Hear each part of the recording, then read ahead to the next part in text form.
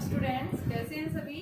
देखिए आज जो है हम सेकेंड यूनिट शुरू कर रहे हैं बेटा, काइनेमेटिक्स। ठीक है, काइनेमेटिक्स में क्या है, देखिए सबसे पहले काइनेमेटिक्स होती क्या है। काइनेमेटिक्स जो है मैकेनिक्स की वो ब्रांच है जिसके अंदर हम क्या पढ़ते हैं, कोई भी मटेरियल कोई भी ऑब्जेक्ट जब किसके अंदर है, मोशन में है। ठीक है, उसके बारे में जब हम स्टडी करते हैं तो यानी वो क्या आता है आपके पास में मैकेनिक्स। ठीक है, तो क्या बताएंगे मैकेनिक्स क्या है। सबसे पहले यानी क्या बताएंगे, जिसके अंदर हम क्या करते हैं, study of a material object which is in motion.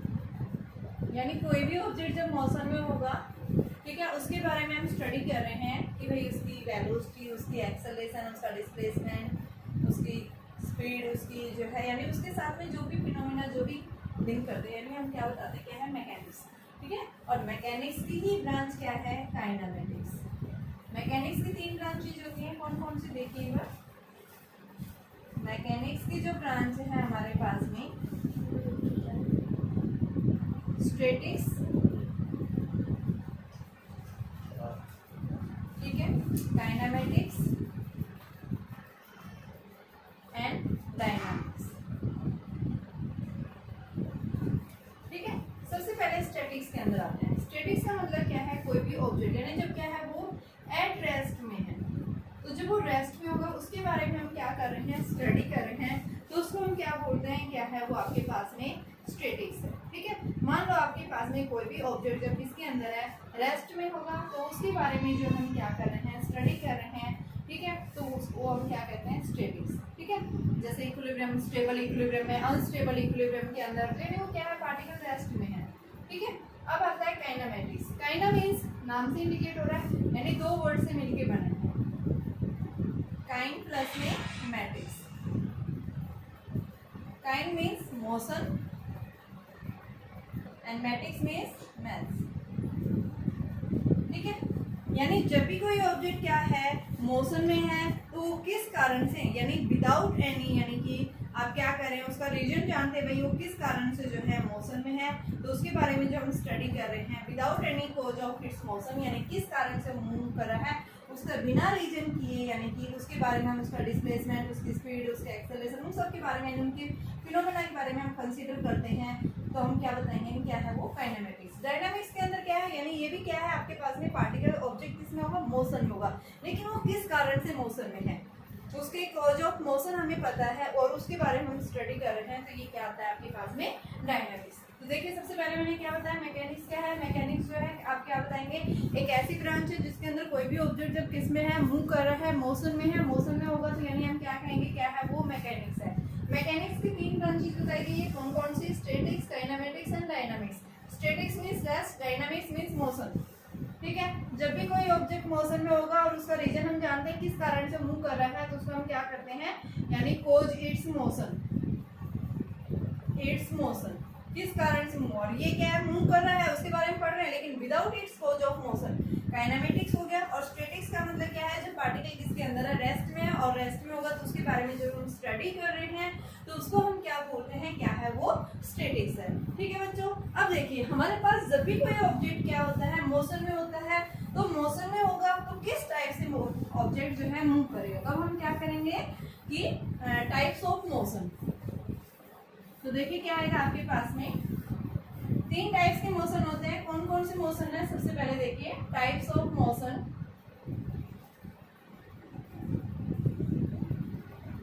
Translatory motion,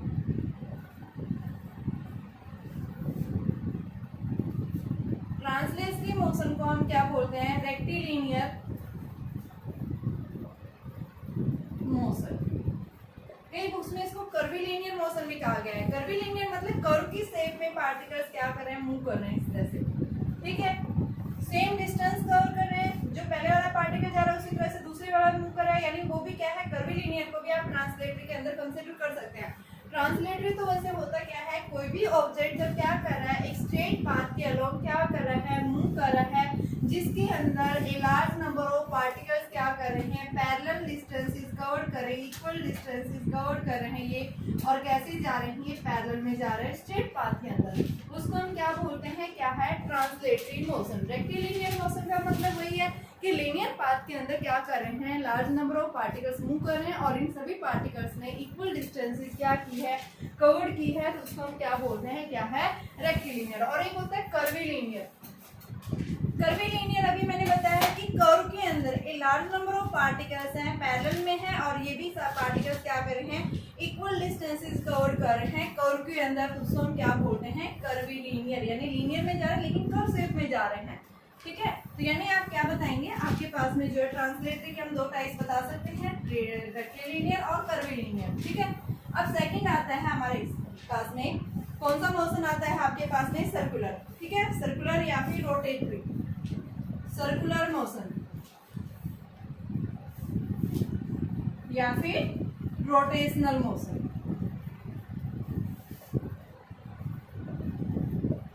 circulatory का मतलब क्या है, कोई भी पार्टिकल जब क्या कर रहा है, किसी फिक्स पॉइंट के अबाउट क्या कर रहा है, मूव कर रहा है, किसी फिक्स पॉइंट के अबाउट क्या कर रहा है, कोई भी पार्टिकल क्या कर रहा है, सर्कल में मूव कर रहा है, तो उसको हम क्या बोलते हैं, क्या है वो, कि आपके पास में सर्कुलर मोशन है। क्या बताएंगे, जब भी कोई पार्टिकल यानी जिसके पास में पॉइंट मास बॉडी लेते हैं हम, पॉइंट मास बॉडी में बताऊंगी क्या होती है, कोई भी पॉइंट मास बॉडी जो क्या कर रही है, किसी फिक्स पॉइंट के अबाउट क्या कर रही है, सर्कुलर में घूम रही है, सर्कल में। मान लो आपने देखा होगा कि blades of A fan, blades of A fan, fan की जो ब्लेड्स हैं वो क्या कर रही है, एक फिक्स एक्सिस के अबाउट क्या कर रही है, रोटेट कर रही है, घूम रही है, यानी रोटेशनल मोशन हो गया। ठीक है, आपकी गाड़ी का जो व्हील होता है उस एक्सल के अबाउट क्या करता है, ठीक है, वो घूम रहा है। ठीक है, आपकी जो व्हील्स है व्हीकल्स के, वो एक्सल के अबाउट क्या कर रहे हैं, घूम रहे हैं। ठीक है, तो यानी वो क्या है, आपके पास में रोटेशनल, एक फिक्स पॉइंट के अबाउट जब भी कोई बॉडी क्या कर रही है,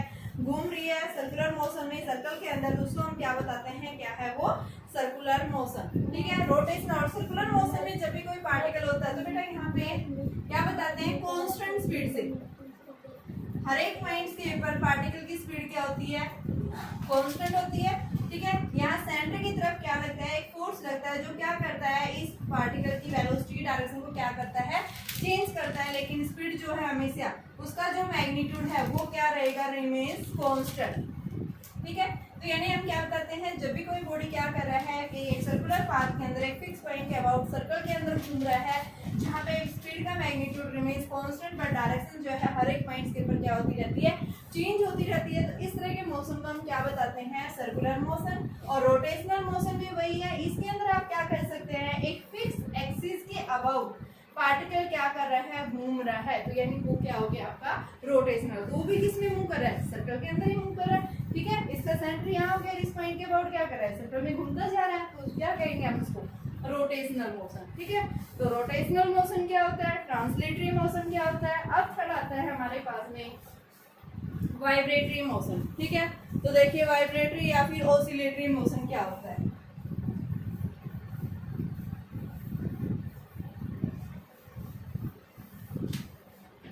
थर्ड है वाइब्रेटरी या फिर ऑसिलेटरी मोशन।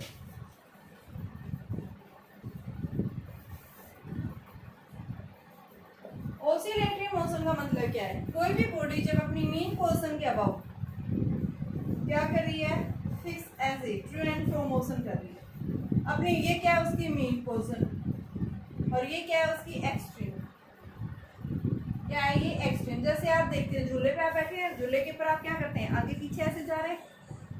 ठीक है, तो मेन पोजीशन के अबाउट क्या कर रहे हैं, आप आगे पीछे क्या कर रहे हैं, रोटेट कर रहे हैं, आप वाइब्रेट कर रहे हैं, तो वो क्या होगा आपका, यानी जब भी कोई बॉडी क्या कर रही है, अपनी मेन पोजीशन के about to and fro motion कर रही है, तो यानी उस टाइप के मोशन को हम क्या बोल सकते हैं, क्या है वो आपके पास में वाइब्रेटरी या फिर ऑसिलेटरी मोशन है। ठीक है, तो हम क्या बताते हैं, जब भी कोई बॉडी क्या कर रही है, बैक एंड फोर्थ या टू एंड फ्रो मोशन कर रही है।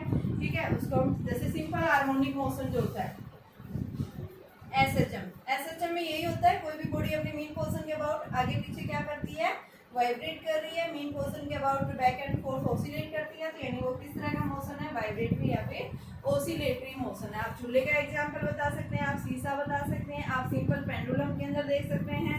ठीक है, आप ये सब किसके एग्जांपल्स हैं, वाइब्रेटरी मोशन। तो ये तो था हमारे पास में टाइप ऑफ मोशन। ठीक है बेटा, अभी देखिए हम बात कर रहे थे पॉइंट मास बॉडी कि जब भी कोई बॉडी क्या कर रही है, सर्कुलर मोशन में घूम रही है, तो भाई कोई भी पॉइंट मास बॉडी जो है क्या कर रही है, घूम रही है। तो पॉइंट मास बॉडी होती क्या है, तो देखो पॉइंट मास बॉडी का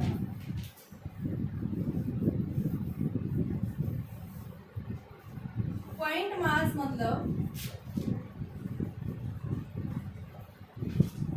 ऐसा object, point mass object is said to be an object whose size is very small as it moves, यानी जब से वो मूव करती है with a very large speed, यानी क्या करती है वो at a very large speed से वो क्या उसके साइज की कंपेरिजन वो लार्ज डिस्टेंसेस क्या करती है, कवर करती है। जैसे हम बताते हैं गाड़ी, ठीक है, तो गाड़ी का साइज क्या होता है, स्मॉल होता है, ठीक है। कार जो है, कार का साइज क्या होता है, स्मॉल होता है, लेकिन जब मोशन में आती है तो वेरी लार्ज डिस्टेंस क्या करती है, कवर करती है। ठीक है, तो यानी आपके पास में ऑब्जेक्ट क्या हो गया, एक पॉइंट मास ऑब्जेक्ट, यानी कि जिसका साइज क्या है, वेरी स्मॉल है, उसके साइज के कंपेरिजन, ठीक है, बॉडी ने क्या कर रही है, लार्ज डिस्टेंस कवर कर रही है। ठीक है, तो हम क्या बताएंगे कि point mass object is said to B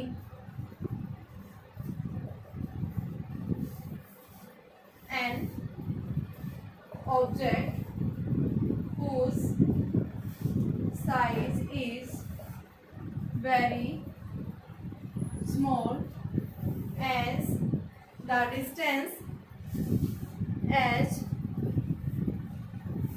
it covers a large distance in a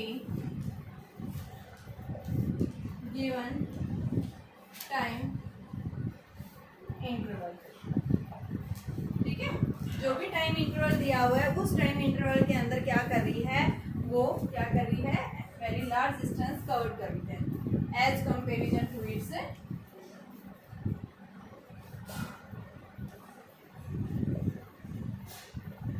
size. ठीक है, तो इस तरह के ऑब्जेक्ट्स हम क्या बोलते हैं, क्या है आपके पास में पॉइंट मास ऑब्जेक्ट। जैसे हम बता रहे हैं कि आपके पास में जो है अर्थ क्या कर रही है, सन के अराउंड रिवॉल्व कर रही है, अर्थ का डायमीटर जो है वो क्या है, वेरी स्मॉल है, किसके comparison, as comparison to the length from the sun and earth. ठीक है, या फिर आप ये बता सकते हैं कार का ऑब्जेक्ट ले सकते हैं कि कार क्या है, बहुत ज्यादा डिस्टेंस, ऐसे अर्थ रिवॉल्व कर रही है, उसका साइज जो है, उसका डायमीटर बहुत स्मॉल होता है, किसकी कंपैरिजन, अर्थ और सन के बीच की जो डिस्टेंस है वो डिस्टेंस क्या होती है, वेरी लार्ज होती है। तो यानी हमारी अर्थ क्या होगी, एक पॉइंट ऑब्जेक्ट का थ्रेड, हम उसको कंसीडर करेंगे। ठीक है, अब आता है आपके पास में फ्रेम ऑफ रेफरेंस क्या होता है। ठीक है, एग्जांपल आप इसमें बता सकते हैं, क्या है, अर्थ है, कार है, इस तरह से आप ले सकते हैं। ठीक है, नेक्स्ट आता है फ्रेम ऑफ रेफरेंस क्या होता है। तो फ्रेम ऑफ रेफरेंस का मतलब, फ्रेम ऑफ रेफरेंस एक तरह से हम क्या बताते हैं, ये हमें क्या देता है कि एक्चुअल पोजीशन देता है कि कोई भी पार्टिकल वो कहाँ पे है। ठीक है, जैसे मान लो फ्रेम ऑफ रेफरेंस, ये सबसे पहले हम छोटी छोटी बात, बेसिक बातें कर रहे हैं। फ्रेम ऑफ रेफरेंस, ठीक है, फ्रेम ऑफ रेफरेंस जो क्या बताता है, हमें किसी भी पार्टिकल की पोजीशन को क्या करता है, स्पेसिफाई करता है। ठीक है, तो हम क्या बताते हैं, क्या है आपके पास में फ्रेम ऑफ रेफरेंस जो है क्या देता है कि specify position of an object. जैसे मान लो आप लोग अपने घर से चल रहे हैं, घर से स्कूल जा रहे हैं, तो वही आपका वापस अपने घर चले जाते हैं, आपका ओरिजिन कहाँ से है, आपका घर है। ठीक है, तो यानी कि कोई भी पार्टिकल है, जैसे मान लो यहाँ से और यहाँ पहुंचा है, तो यहाँ से ओरिजिन से ये क्या, उसका फ्रेम ऑफ रेफरेंस, यहाँ से यहाँ तक इसने डिस्टेंस कितनी ली है। ठीक है, तो ये क्या है, टाइम के रेस्पेक्ट में इसने कितनी डिस्टेंस कवर की है, तो ये क्या कहलाएगा, इसका ओरिजिन जो है, इसको हम क्या कहते हैं, क्या है, ये फ्रेम ऑफ रेफरेंस है, जो क्या बताता है हमें किसी भी पार्टिकल्स की पोजीशन को स्पेसिफाई करता है, उसको हम क्या कहते हैं, फ्रेम ऑफ रेफरेंस है। ठीक है, कि आपके पास में कोई भी पार्टिकल जो है, जो भी कोऑर्डिनेट सिस्टम आपके पास दिया हुआ है, उस कोऑर्डिनेट सिस्टम के अंदर वो पार्टिकल जो है कितनी डिस्टेंस के ऊपर पहुंचा है, कहाँ से, ओरिजिन से। तो ये ओरिजिन क्या हुआ उसका, फ्रेम ऑफ रेफरेंस। यहाँ से यहाँ तक की जो डिस्टेंस होगी वो क्या कहलाएगा, उसका जो है पोजीशन। तो ये हम कहाँ से मेजरमेंट करेंगे, फ्रेम ऑफ रेफरेंस से। अब फ्रेम ऑफ रेफरेंस ये दो टाइप्स के होते हैं, टू टाइप्स। कौन कौन से होते हैं, सबसे पहले आता है हमारे पास में inertial frame of reference, frame of reference, and second आता है non inertial frame of reference.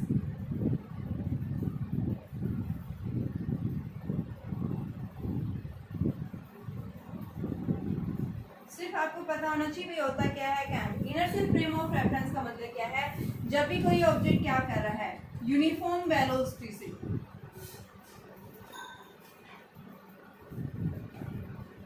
यानी ऐसा फ्रेम ऑफ रेफरेंस जिसके अंदर पार्टिकल की स्पीड जो है क्या रहे, कांस्टेंट रहे, उसके अंदर हम क्या कहेंगे, क्या है वो, यूनिफॉर्म मोशन। देखिए बच्चों, फ्रेम ऑफ रेफरेंस मैंने बताया क्या होता है। फ्रेम ऑफ रेफरेंस जो हमें क्या बताता है, किसी भी पार्टिकल की पोजीशन को स्पेसिफाई करके बताता है कि भाई आपका पार्टिकल एक्स एक्सिस में है, वाई एक्सिस में है, या फिर जेड एक्सिस में है। ठीक है, तो कहाँ से लेंगे हम, ओरिजिन से। तो ये ओरिजिन क्या हुआ, उसका फ्रेम ऑफ रेफरेंस हुआ। ठीक है, जो हमें क्या बताता है, किसी भी पार्टिकल की पोजीशन को स्पेसिफाई करता है कि पार्टिकल इतने टाइम में कौन से कोऑर्डिनेट यानी किस साइड मूव कर रहा है, एक्स एक्सिस में जा रहा है, वाई एक्सिस में जा रहा है, या जेड एक्सिस में।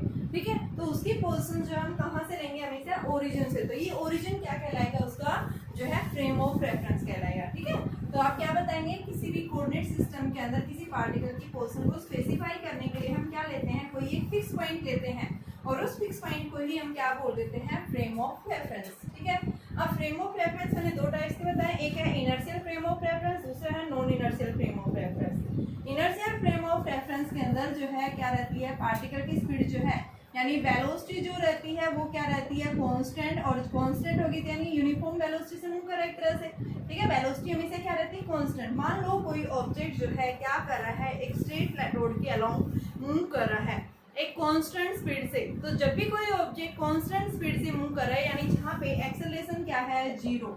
ठीक है, तो उसको हम क्या कहेंगे, इनर्शियल फ्रेम ऑफ रेफरेंस। जैसे आप बता सकते हैं कि मान लो एक आदमी जो है बस के अंदर बैठा है, और बस जो है क्या कर रही है, स्ट्रेट रोड के अलोंग क्या कर रही है, कांस्टेंट स्पीड से मूव कर रही है। तो हम क्या कहेंगे कि वो किसके अंदर है, इनर्शियल फ्रेम ऑफ रेफरेंस। और इनर्शियल फ्रेम ऑफ रेफरेंस जो होता है वो क्या करता है, न्यूटन्स के फर्स्ट लॉ को क्या करता है, Newton's first law is valid for the inertial frame of reference. क्योंकि न्यूटन्स फर्स्ट लॉ क्या कहता है, जब तक आप किसी बॉडी के ऊपर कोई फोर्स नहीं लगाएंगे, dp बाई dt होता है न्यूटन सेकंड लॉ, F 0 हो गया तो dp बाई dt क्या हुआ भाई, 0। तो dp क्या आ गया आपका 0, और p क्या होता है यहाँ पे mv। तो ये mv d is equal to 0। तो मास किसी बॉडी का कांस्टेंट हो नहीं सकता, क्या हो जाएगा, मास हमेशा कांस्टेंट होता है। ठीक है, मास कभी 0 नहीं हो सकता। लेकिन हम यहाँ क्या बताएंगे, dv क्या हो गया 0, dv 0 आ गया। तो इसका मतलब क्या है, देखो मैं यहाँ लिख रही हूँ dp इज इक्वल टू 0, और dp की जगह है m into V, m into dv। Mass जो है किसी बॉडी का 0 नहीं हो सकता, बट dv 0 हो गई, dv 0 हो गई, तो इसका मतलब v क्या होगी, कांस्टेंट। न्यूटन्स का फर्स्ट लॉ ये कहता है कि हम जब तक किसी बॉडी के ऊपर बाहर से कोई फोर्स नहीं लगाएंगे, उस सिस्टम की या उस बॉडी की जो है क्या नहीं कर सकते, यानी वो बॉडी रेस्ट से मोशन में नहीं आ सकते, मोशन से रेस्ट में नहीं आ सकते, जब तक कि आप उसके ऊपर कोई एक्सटर्नल फोर्स नहीं लगाएंगे। तो यहाँ पे हमने न्यूटन सेकंड लॉ के अकॉर्डिंग एक्सटर्नल फोर्स को क्या कर दिया, 0 कर दिया। ठीक है, कोई एक्सटर्नल एफर्ट नहीं लग रहा, तो एक्सटर्नल एफर्ट नहीं लगेगा तो v क्या हो गया यहाँ पे कांस्टेंट, और v कांस्टेंट होगा तो यानी वो किसके लिए वैलिड है, इनर्शियल फ्रेम ऑफ रेफरेंस। तो इनर्शियल फ्रेम ऑफ रेफरेंस किसके लिए वैलिड है, न्यूटन्स फर्स्ट लॉ के लिए वैलिड है। सेकंड आ जाओ हमारे पास नॉन इनर्शियल फ्रेम।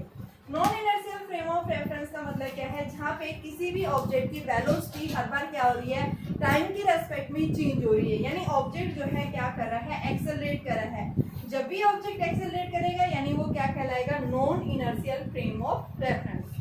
ठीक है, फ्रेम ऑफ रेफरेंस का मतलब क्या है, कांस्टेंट स्पीड से। Non inertial frame of reference का मतलब क्या है, जिसमें स्पीड क्या हो रही है, हर बार टाइम के रेस्पेक्ट में चेंज हो रही है, यानी वो कैसा है, एक्सेलरेटेड मोशन में है। जैसे हम बता रहे हैं अर्थ क्या कर रही है, सन के अराउंड रिवॉल्व कर रही है, या अर्थ जो है क्या कर रही है, अपनी एक्सिस के अबाउट रिवॉल्व कर रही है, जहाँ पे वेलोसिटी हर बार क्या हो रही है, चेंज हो रही है, तो हम अर्थ को भी किसमें कंसीडर करते हैं, non inertial frame of reference के अंदर कंसीडर करेंगे। ठीक है, कि जिसके अंदर स्पीड क्या नहीं रहती, कांस्टेंट नहीं रहती। ठीक है, तो ये था हमारे पास में इनर्शियल फ्रेम ऑफ रेफरेंस या non inertial frame of reference.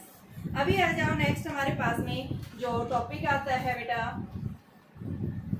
Motion in 1D 2D 3D क्या होते हैं। आप लोग सभी नोट है इसके बारे में, 1D क्या होता है, 2D क्या होता है, जैसे नाम से इंडिकेट हो रहा है 1D का क्या मतलब है, मोशन इन 1D, 1D का मतलब डायमेंशनल, कि मान लो 1D का मतलब क्या है, 3 कोऑर्डिनेट्स होते हैं देखो हमारे पास में, कौन कौन से, X axis, Y axis and Z axis. ये क्या है, ओरिजिन। कोई भी ऑब्जेक्ट अगर आउट ऑफ 3 कोऑर्डिनेट में से किसी एक एक्सिस के अबाउट अपनी पोजीशन को क्या कर रहा है, चेंज कर रहा है, या तो इधर जा रहा है, या फिर इधर जा रहा है, या फिर इधर जा रहा है।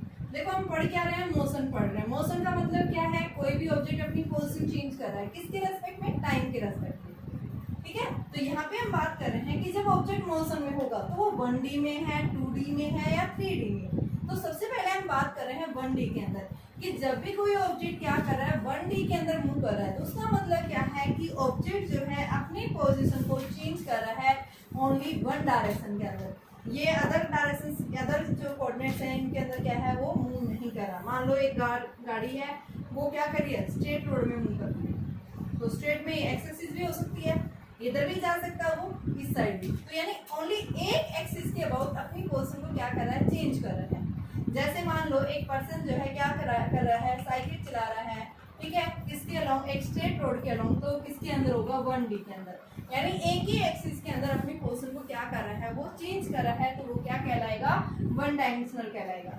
ठीक है, अब 2D किसको कहेंगे, 2D का मतलब क्या है कि अगर कोई भी ऑब्जेक्ट आउट ऑफ 3 कोऑर्डिनेट में से अगर क्या कर रहा है, वो एक्स और वाई एक्सिस यानी इनके अबाउट अपनी पोजीशन यानी 2 एक्सिस के अबाउट अपनी पोजीशन को चेंज कर रहे हैं। जैसे आप क्या कर रहे हैं, मान लो एक इंसेक्ट जो है वो क्या कर रहा है, क्रॉल कर रहा है इस तरह से, ठीक है, या फिर कोई भी ऑब्जेक्ट इस एक्स वाई प्लेन के अंदर, यहाँ पे कोई भी एक बॉडी पहुंची है, तो उसके पास दोनों सिस्टमिक पोजीशंस होगी, एक्स एक्सिस में भी होगी और वाई एक्सिस में।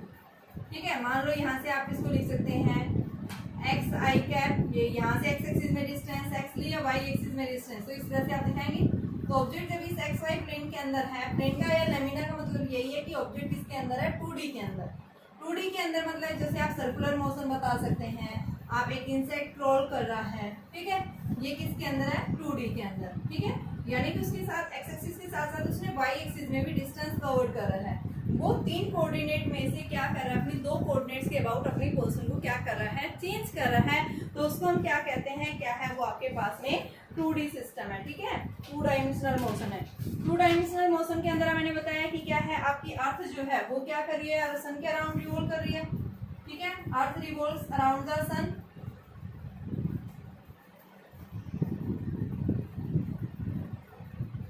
ठीक है, आपका जो है क्या सर्कुलर मोशन बता सकते हैं, एक इंसेक्ट जो है क्या कर रहा है, क्रॉल कर रहा है।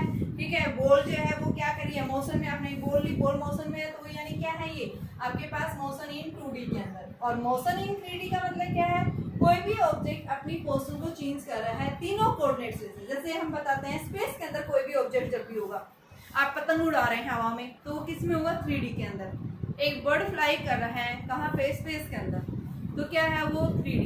एरोप्लेन मूव कर रही है स्पेस के अंदर, वो भी किसमें, 3D के अंदर। तो 3D का मतलब क्या है, कोई भी ऑब्जेक्ट अपनी पोजीशन को चेंज कर सकता है इन 3D के तीनों डायरेक्शंस के अबाउट। ठीक है, एक्स एक्सिस में भी, वाई एक्सिस में भी और जेड एक्सिस में। तो क्या कहलाएगा, आपका 3D सिस्टम कहलाएगा। देखिए मोशन इन स्ट्रेट लाइन के अंदर अब बेटा हम करेंगे। अब तक जो हमने बेसिक बातें पढ़ी हैं, अभी जो हमारे पास में मेन टॉपिक है अब स्टार्ट कर रहे हैं। सबसे पहले हम बात करेंगे डिस्टेंस और डिस्प्लेसमेंट होते क्या हैं।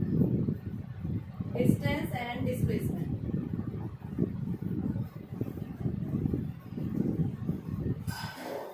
देखिए डिस्टेंस का मतलब क्या है, टोटल पाथ लेंथ जो कवर की है।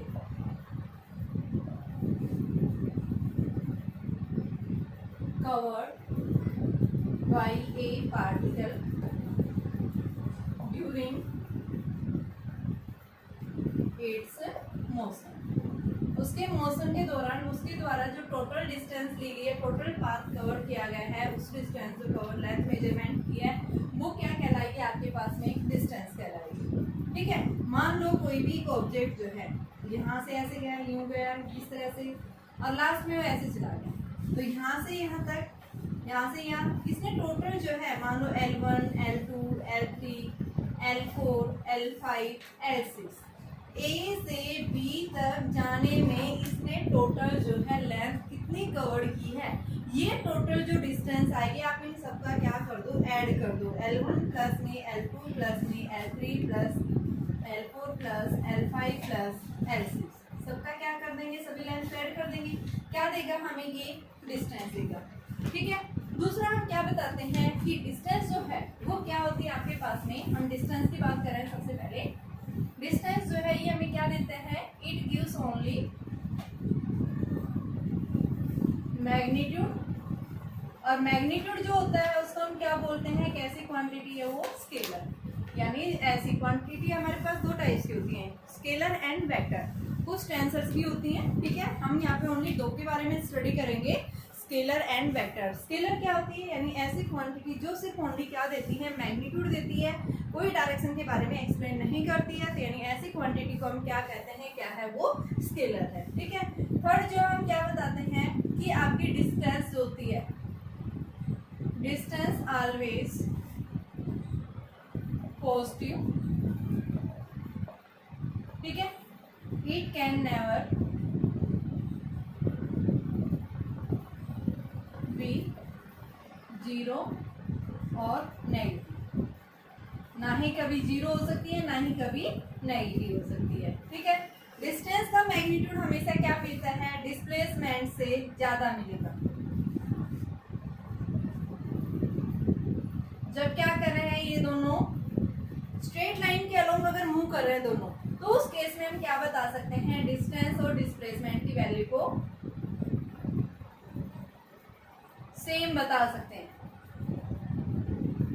अगर दोनों क्या कर रहे हैं, same direction, same straight line में सेम डिस्टेंस कवर, उस केस में हम क्या कह सकते हैं, इनको इक्वल कह सकते हैं। ठीक है, लेकिन डिस्टेंस हमेशा क्या होती है, उसका मैग्नीट्यूड अगर क्या है, हमेशा ज्यादा होता है, किससे, डिस्प्लेसमेंट से। किस केस में इक्वल हो सकती है, जब दोनों क्या कर रही है, if they moves on a straight line with uniform motion. ठीक है, हम सिर्फ सेम डिस्टेंस से स्ट्रेट लाइन मूव कर रहे हैं, ठीक है, with same distance, straight line covers same distance, तो उस केस में हम क्या कर सकते हैं, इनको कि क्या हो सकती है भाई, बराबर हो सकती है। ठीक है, लेकिन अगर आपके पास में ये स्ट्रेट लाइन के अंदर अलग अलग डिस्टेंस आ रही है, तो उस केस में डिस्टेंस आपके पास में क्या होगी, उसका मैग्नीट्यूड ज्यादा होगा। ठीक है, तो ये तो था हमारे पास में डिस्टेंस के बारे में कि डिस्टेंस क्या होता है। तो सबसे पहले आप डिस्टेंस क्या बताएंगे, कैसी क्वांटिटी है, ये स्केलर क्वांटिटी है, ये सिर्फ हमें क्या बताती है कि आपके पास में टोटल लेंथ कितनी कवर की गई है, और डिस्प्लेसमेंट जो होता है वो देखिए, ये मेन प्रॉपर्टीज है, इनके बारे में क्वेश्चंस कई बार पूछा जाता है। ठीक है, तो अभी हम इनके क्वेश्चंस करेंगे। यहाँ डिस्टेंस डिस्प्लेसमेंट नहीं पूछा जाता है, यहाँ से न्यूमेरिकल्स बनते हैं, क्वेश्चंस आ जाते हैं आपके एक एक नंबर के, तो इनके अंदर हम क्वेश्चंस करेंगे। तो सबसे पहले देखिए हम इनके बारे में पढ़ते हैं, होता क्या है डिस्प्लेसमेंट। देखिए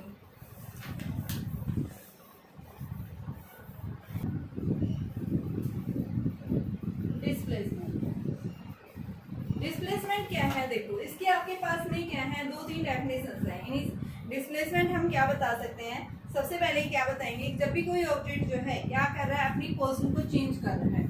ठीक है, यानी कि displacement is defined as the, यानी किस तरह से डिफाइन करेंगे, जब भी कोई ऑब्जेक्ट मोशन में होगा इन ए गिवन टाइम, यानी किसी भी टाइम के अंदर आप क्या बता सकते हैं, किसी भी ऑब्जेक्ट की पोजीशन कितनी चेंज हो रही है।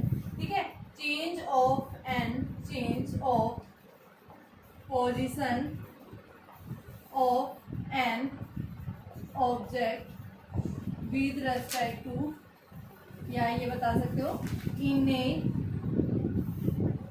Given time. ठीक है। दूसरी हम क्या बता सकते हैं, शॉर्टेस्ट डिस्टेंस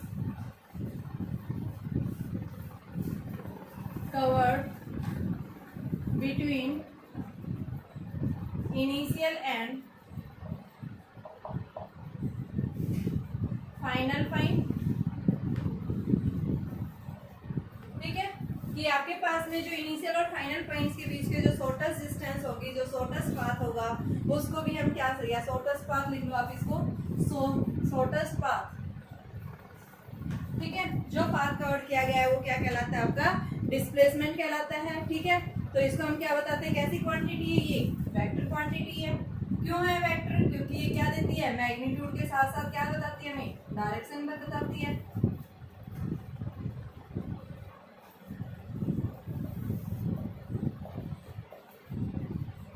ठीक है, नेक्स्ट जो हम क्या बताते हैं, डिस्प्लेसमेंट जो होता है कैन बी नेगेटिव, जीरो और पॉजिटिव। तीनों वैल्यूज क्या है इसकी पॉसिबल है। ठीक है, क्या हो सकता है, ये नेगेटिव भी हो सकता है, जीरो भी हो सकता है और ये पॉजिटिव, यानी तीनों वैल्यू कैसे होंगे, नेगेटिव, जीरो।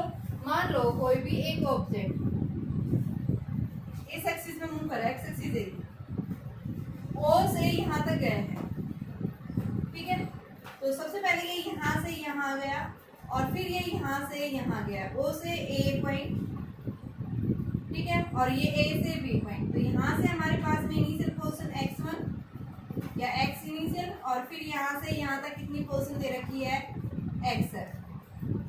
ठीक है, अगर ऑब्जेक्ट ओरिजिन से यहाँ से ओ से कहाँ पहुंचा, बी के ऊपर, तो आपके पास में क्या निकालेंगे कि डिस्प्लेसमेंट में क्या बता रही हूँ, पॉजिटिव कब होगा, तो यहाँ से आपके पास डिस्प्लेसमेंट जो आएगा वो फाइनल क्या है, यानी कि आपके पास में डिस्प्लेसमेंट का मतलब क्या है, ओ से ए गया, ए से बी, तो डिस्प्लेसमेंट हमें कौन देगा, ए बी देगा।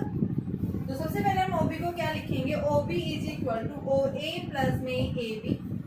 बेटा ये बी पॉइंट के ऊपर पहुंचा है तो डायरेक्ट यहाँ से तो नहीं पहुंचा, कहाँ से पहुंचा, ए पॉइंट से। तो ये क्या हुआ इसका इनिशियल, ये क्या हुआ इसका फाइनल। तो डिस्प्लेसमेंट कौन देगा, ये देगा हमें, ए बी देगा। तो हमें क्या निकालना है, ए बी निकालना है। ए बी कैसे आएगा हमारा, O B minus O A, और ओ बी किसके इक्वल है, X F, X F position दे रखी है, और ओ ए किसके इक्वल है, एक्स आई। तो अब अगर क्या हो जाए, ये वाली डिस्टेंस अगर इस डिस्टेंस से क्या है, ज्यादा है, एक्स एफ अगर क्या है ग्रेटर देन एक्स आई, तो उस केस में दैट इज, यानी उस केस में हम ए बी को क्या कहेंगे कि डिस्प्लेसमेंट हमारा कैसा होगा, पॉजिटिव। सेकंड केस, अगर आपके पास में क्या हो जाए, इस एक्स एफ की वैल्यू क्या हो जाए, लेस देन हो जाए, यानी ये ज्यादा है, ये क्या है, कम है, तो उस केस में आप क्या बताएंगे, डिस्प्लेसमेंट कैसा होगा हमारा, नेगेटिव होगा।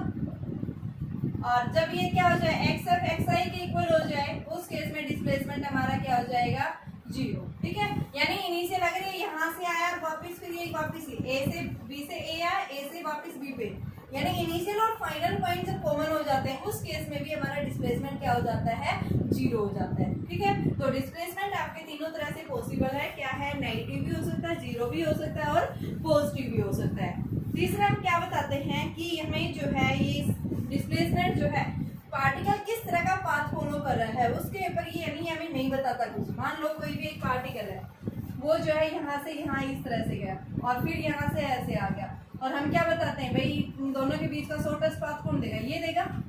ये तो हमें लेंथ डिस्टेंस निकालने के लिए, तो यानी इसने पहले ये यहाँ से आ गया, फिर यहाँ से ऐसे गया, और हमें निकालना क्या है, डिस्प्लेसमेंट। डिस्प्लेसमेंट कौन दे रहा है, ये दे रहा है, ए से बी।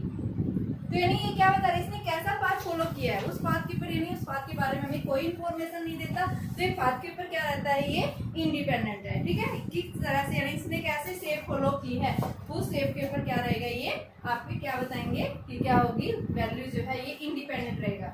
नेक्स्ट जो है डिस्प्लेसमेंट की वैल्यू हमेशा क्या होती है, डिस्टेंस से लेस होती है। ठीक है, अभी हमने पढ़ा था displacement is less than distance.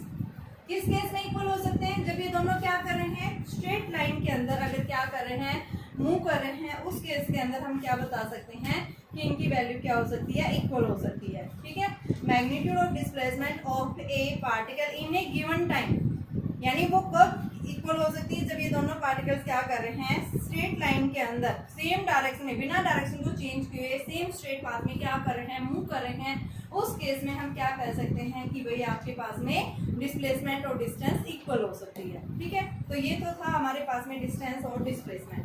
अब हम इनके क्वेश्चंस करेंगे। देखिए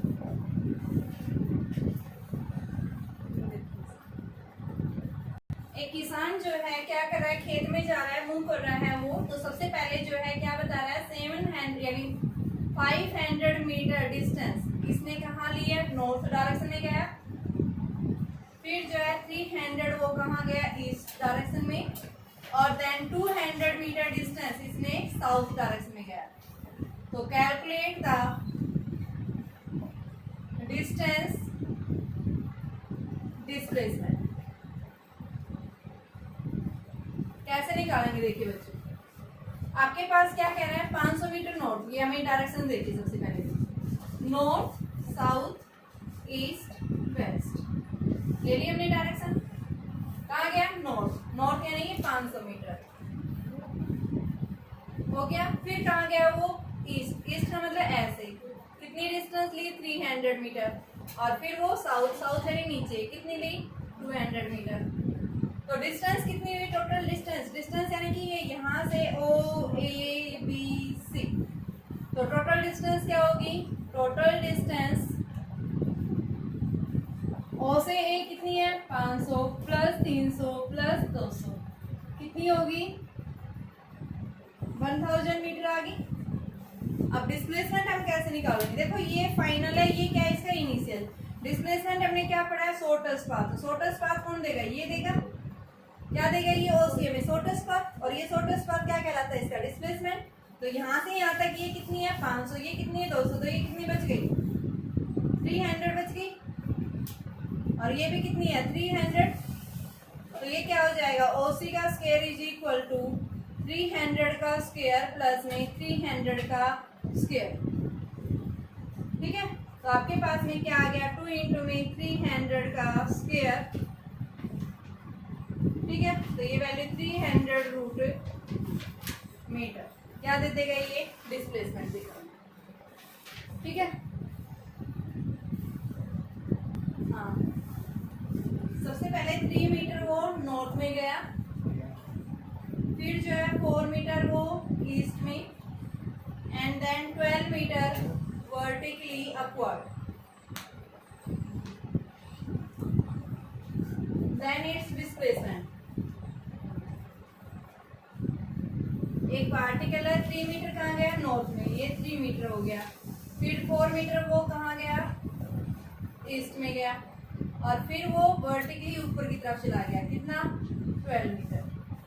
तो इस तरह के क्वेश्चंस में बेटा डिस्प्लेसमेंट जो है पूछ रहा है, तो आपके पास में यानी कौन सी डायरेक्शन है, इसके अंदर हम कुछ नहीं कह सकते। एक तरह से हम ये बताते हैं कि इसके पास तीनों कोण, यानी कि नॉर्थ ऊपर की तरफ, east x axis vertically upward जा रहा है। ठीक है, कौन सी डायरेक्शन में है ये नहीं पता, जिसको इस तरह के क्वेश्चंस में हम क्या लिख सकते हैं, 3i कैप प्लस में 4j कैप प्लस में 12k कैप, यानी ये क्या है उसकी पोजीशन, और पोजीशन हमें क्या देता है, डिस्प्लेसमेंट दे देता है। ठीक है, तो पोजीशन वेक्टर का डिस्प्लेसमेंट आप निकाल लो, क्या आ जाएगा, 3 का स्क्वायर प्लस 4 का स्क्वायर प्लस 12 का स्क्वायर, क्या आएगा, 9 प्लस 16 प्लस में 144, कितना आ गया, ये 13 मीटर। ठीक है ना, वर्टिकली अपवर्ड बोल रहा है, वर्टिकली यानी जेड एक्सिस में भी जा सकता है, तो हमने इसको जेड एक्सिस ले लिया। तो इस तरह से हम क्या बता देंगे कि वो क्या दे रहा है, उसकी पोजीशन दे रहा है। ठीक है, तो हमारे पास में नेट डिस्प्लेसमेंट क्या आ जाएगा, 13 मीटर आ जाएगा।